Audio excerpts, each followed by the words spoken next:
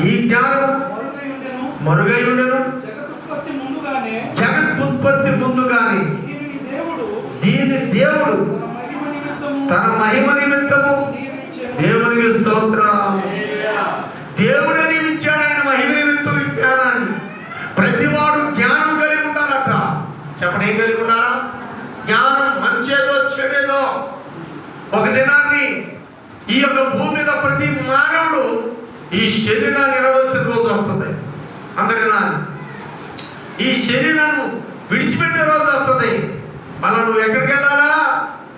మన ఇల్లు ఇది కాదు. చెప్పండి, మనకు ఒక ఇల్లు ఉంది.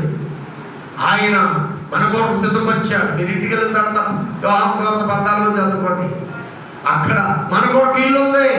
ఆ ఇల్లు వెళ్ళాలంటే ఇక్కడ ఎవరినూ వెంబడించాలి, ఎవరితోనూ నడవాలి, ఎవరి మాట వినాలి,